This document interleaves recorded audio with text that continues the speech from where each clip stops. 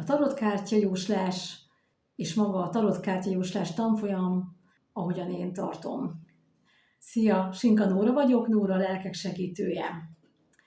A tarotkártyával én egy jóslás kapcsán találkoztam, és mondhatni, hogy azonnal beleszerettem, amennyire bele lehet szeretni egy technikába vagy egy kártyába.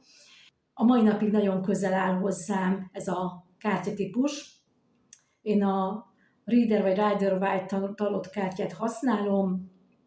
Nagyon sokféle tarotkártya van. Nekem ennek a szimbolikája az, ami legjobban megfogott. Én ezt tanultam, és ezt is tanítom. A tarotkártyának két arkánuma van, két titokcsomag, a nagy arkánum, illetve a kis arkánum. És így ez a két mondhatni különálló pakli 78 lapot fed le, szóval azért ez egy eléggé komoly kártyacsomag, a tanulása is egy elég komoly feladat. Különösen, ahogyan én tanítom, tudom, hogy egy kicsit nehezebb változatban tanítom, mint ahogyan mások, viszont nagyon-nagyon mély rálátást tud adni az adott helyzetre, személyre, személyiségre, problémára, és a lehetőségeket is eléggé meg tudja mutatni.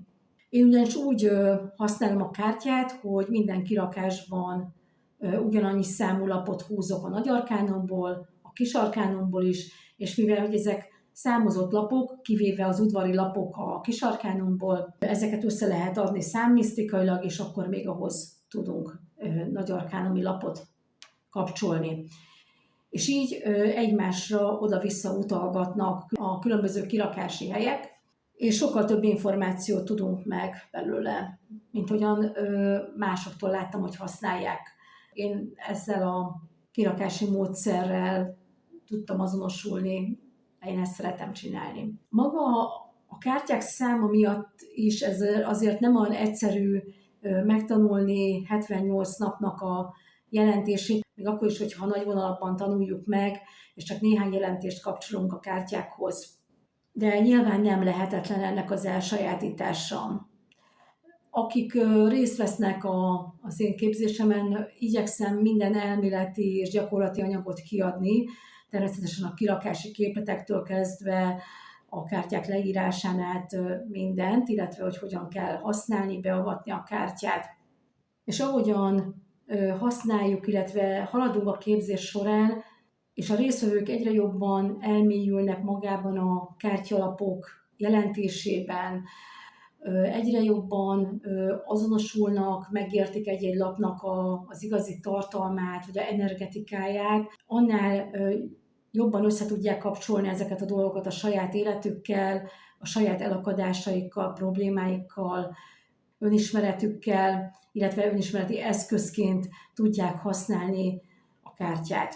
A tarotkártya az én olvasatomban egy eléggé erős önismereti kártya, illetve én magát a jóslást is inkább önismeretként használom, mint jóslásként, hiszen a jövő az egy változékony dolog, és onnan, hogy belenézünk, már onnan megváltozhat, hogyha teszünk is érte természetesen, tehát ezért semmi nem fog megváltozni magától.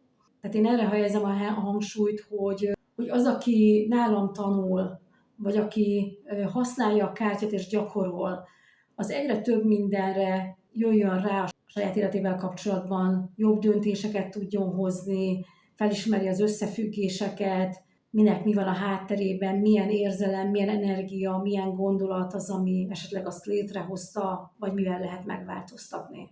És ezek nagyon fontosak szerintem.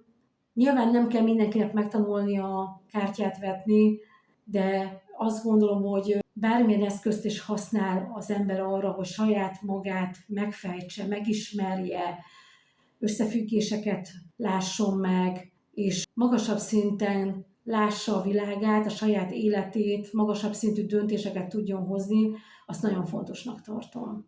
Mert az egész életünk igazából arról szól, hogy fejlődjünk, hogy tapasztaljunk, tapasztalatok által fejlődjünk.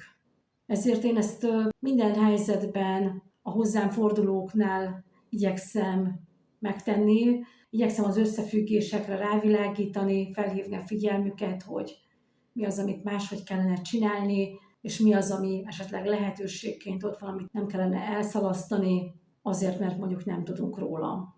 És ezt azért is mondom el, mert hogy nagyon sokan félnek a magától a jóslástól, vagy akár az energetikai munkáktól is, pedig nem ördögtől való ez az egész, és hogyha ezt helyesen használjuk, akkor természetesen nem is lesz az. És egyébként én minden diákomnak tartok egy etikai modult, pontosan azért, hogy a kártyával, vagy akár az energetikai munkával se éljen vissza senki, hogy ezt mindig a saját vagy mások fejlődésére használják, és hogy lehetőleg szeretettel végezzék azt a munkát, vagy azt a segítést, amit éppen végeznek. Hogyha téged is érdekel a tarotkártya, vagy akár a cigánykártya, vagy bármilyen energetikai munka, akkor szeretettel vállalok akár egyéni esetkezelésen, jósláson, tanácsadáson, vagy valamilyen energetikai munkán, érzelmi oldáson, vagy akár a képzéseken is.